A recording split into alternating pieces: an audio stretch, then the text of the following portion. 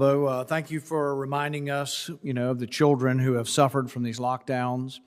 I agree with you. I don't think anybody intentionally wanted more children to kill themselves, to have more teenage suicide, but it is an unintended consequence, and I think no one's really pushing back and saying it doesn't have something to do with the isolation kids are feeling from being at home and cooped up and not able to go to school.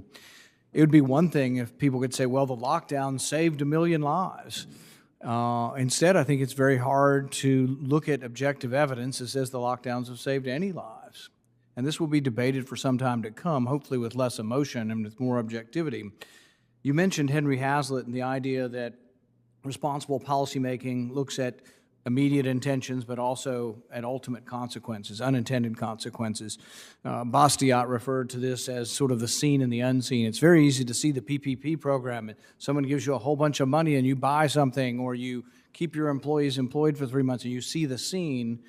The unseen is what happens to so much debt and so much borrowing over time. Can you describe your opinion as to what will happen, or what are the risks of borrowing $6 trillion over a 2-year period?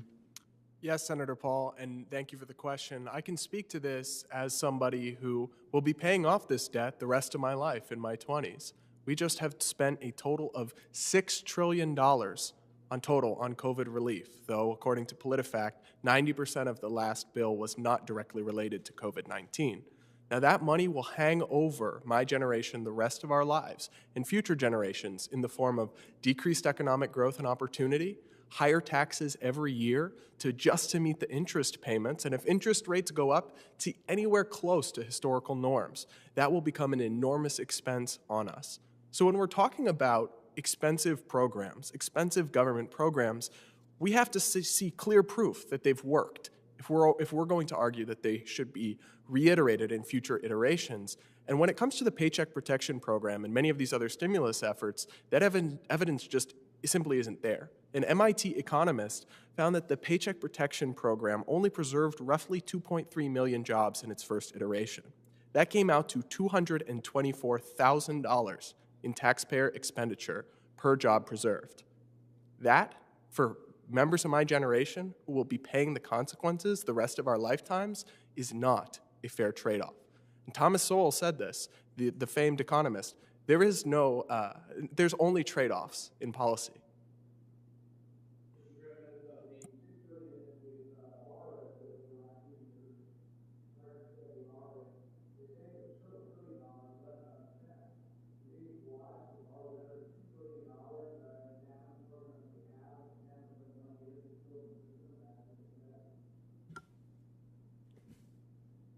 I don't know if he heard me because of my microphone. Mr. Griffith, do you hear me now?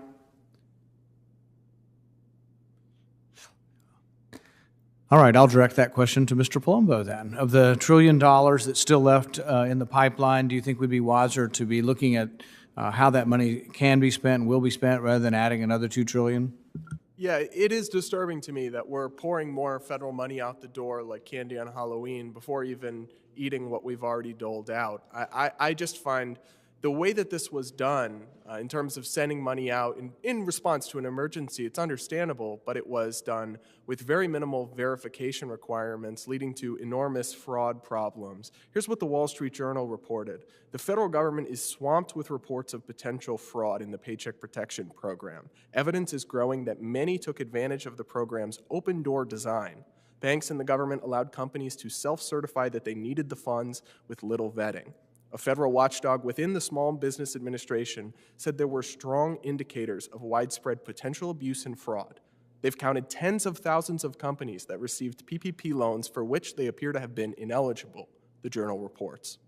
And tens of thousands of organizations also appear to have received more money than they should have based on their head counts. And this is just one of the many COVID programs. So we've already allocated so much money, but we haven't fixed the glaring problems with how it's being spent. So to me, it is irresponsible with taxpayer resources to go and send much more out the door. Thank you.